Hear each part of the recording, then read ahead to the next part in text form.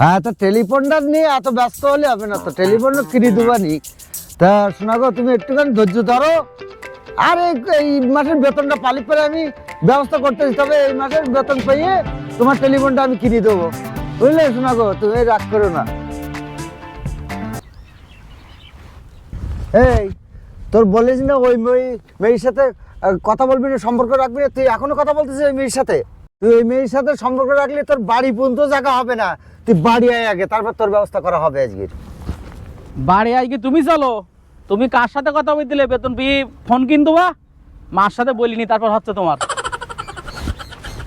আব্বা দাঁড়া দাঁড়া দাঁড়া, আব্বা দাঁড়া দাঁড়া দাঁড়া দাঁড়া দাঁড়া দাঁড়া।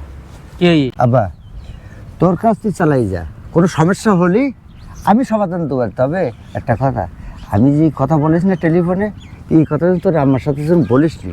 কথা দিচ্ছ তো তাহলে? হ্যাঁ, আমি কথা দিলাম। আচ্ছা ঠিক আছে, তোর আমার কোনো সাথে সমস্যা বলবো। হলে আমি আসি তো। আচ্ছা ঠিক আছে, মার সাথে বলবো। আচ্ছা আচ্ছা।